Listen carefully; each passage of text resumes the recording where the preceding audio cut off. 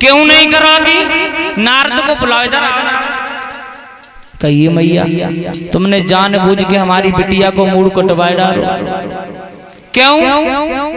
क्यों? तुम्हें जब पता था कि ये लड़का बूढ़ा है, तुम देख रहे हो 2-4 दिन नहीं मिलेंगे, ये शादी होने के बाद तुरंत मर जाएगा। ये लंबे लंबे सर पर लटकाए है, दाढ़ी लटकाए है, मैं शादी इसके साथ में कर दूंगी अपनी बिटिया की।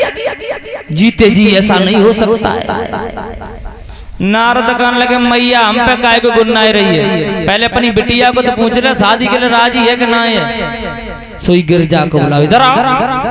बेटी मना कर दो कि मुझे शादी नहीं करनी है, बारात लौट जाएगी, हम अच्छा सा लड़का ढूंढ करके तुम्हारी शादी कर देंगे।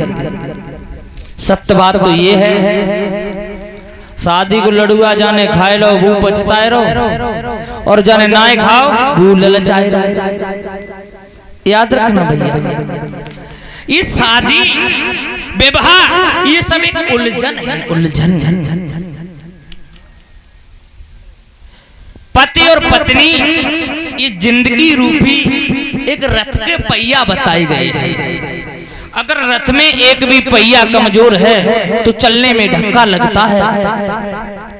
एक और बात बताऊं, शादी करने जब करें अपनी पुत्री की तो नक्षत्र देख लेने चाहिए, क्या योग्यता बेटी की है और क्या योग्यता लड़का की है। अगर लड़का पढ़ा लिखा है तो लड़की भी पढ़ी लिखी होनी चाहिए भैया, लड़की पढ़ी लिखी तो लड़का भी पढ़ा लिखा होना चाहिए। अगर दो में से अगर लड़का 100% है तो लड़की 80% होगी तो भी चल जाएगी। अगर 0/0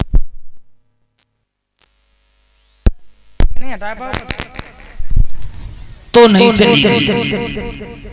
अब एक बात ध्यान आ गई, देखो एक घर में बेचारी पढ़ी लिखी लड़की अनपढ़ परिवार में पहुंच गई। परीक्षित जी बिटरिया रहे सो पढ़ी लिखी रहे और परिवार वाको अनपढ़ रहे, कोई पढ़ो लिखो न रहे।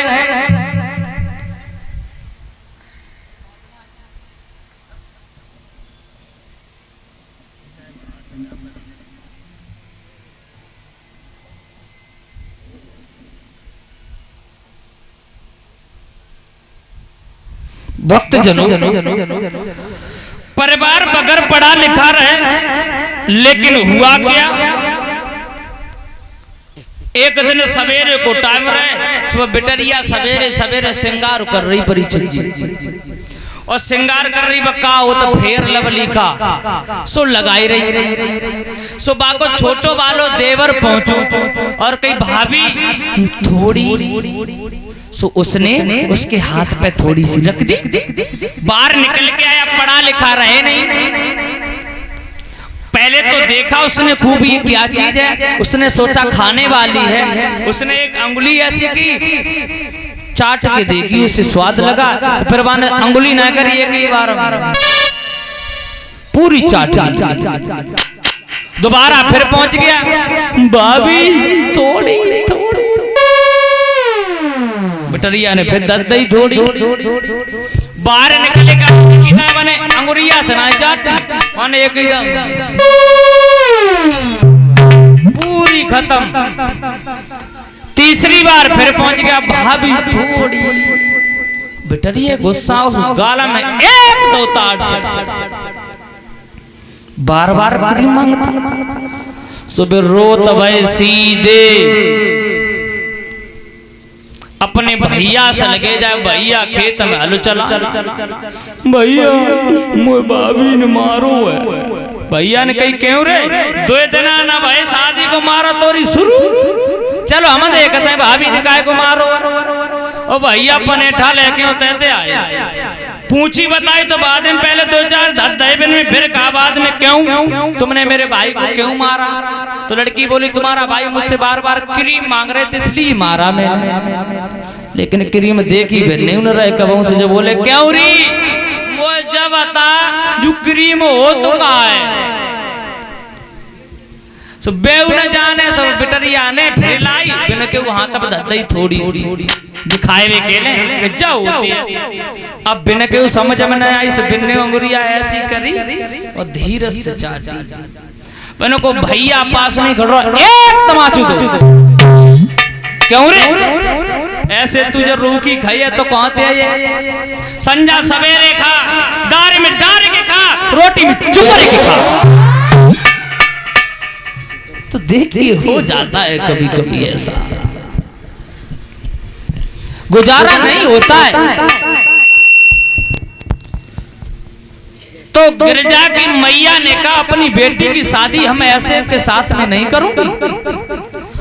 नारद कहने लगे मैया खाम खाम में दोष लगा रही हो, अरे अपने पहले बेटी को तो पूछ लो शादी करने के लिए तैयार है या नहीं है। गिरजा ने कहा नहीं मैया, तुम्हें नहीं मालूम भोले बाबा को पाने के लिए कितनी तपस्या की हमने, और तुम कहती हो कि भोले बाबा के साथ में शादी न करो, ऐसा नहीं हो सकता है। आज गिरजा बोली सुन मैया,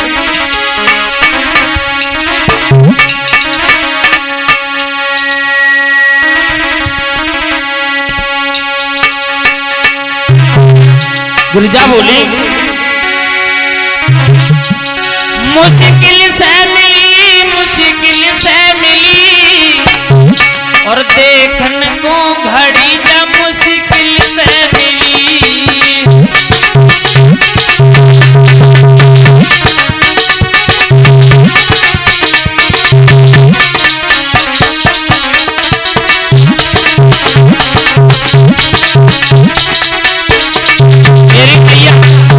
शादी करूंगी तो भोले बाबा के साथ में करूंगी। रूठे चाय में ना मातारी,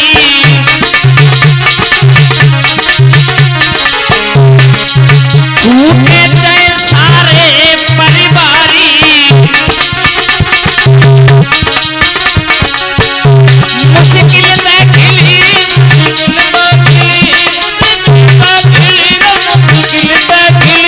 मेरे दिल की कली मुश्किल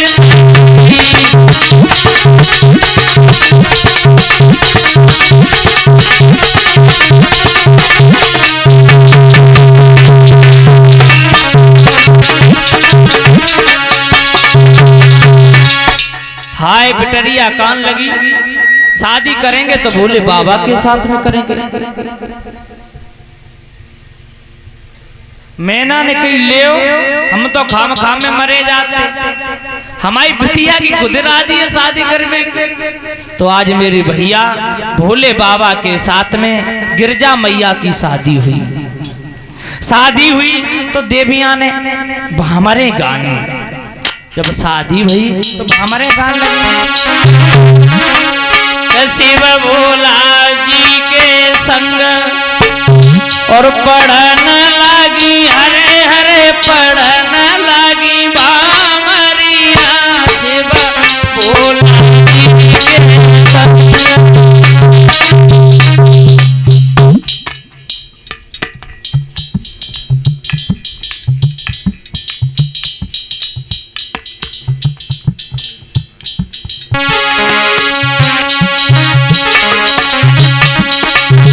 शिव भोला जी के संग पढ़ने लगी हरे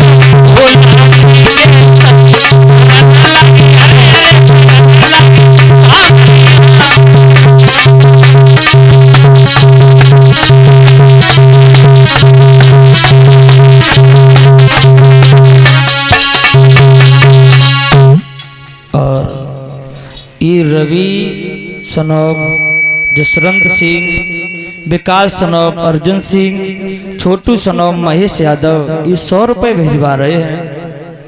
और इसमें लिखा है ओरी बहना हल्दी के छूटे न दाग। और कोई सुन ले तो कहा जाए। हेलो।